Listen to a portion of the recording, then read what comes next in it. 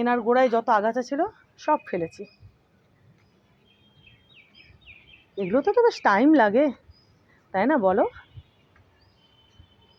আর এদিকে দেখো আরও কত নয়নতারা ফুটছে, ওদিকে সাদাটা ফুটেছে দেখেছো? এই যে এদিকে দেখো আরও ফুটছে, এই যে এদিকে সাদা, আরও এগুলোতেও কুড়ি চলে এসেছে, দেখেছো বন্ধুরা? দেখো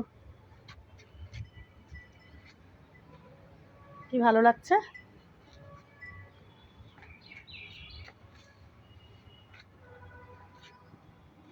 এই গাছেও তো দেখো কুড়ি ভর্তি, দেখো দেখো গাছ ভরে গোলাপ ফুটবে, বুঝতেই তো পারছো।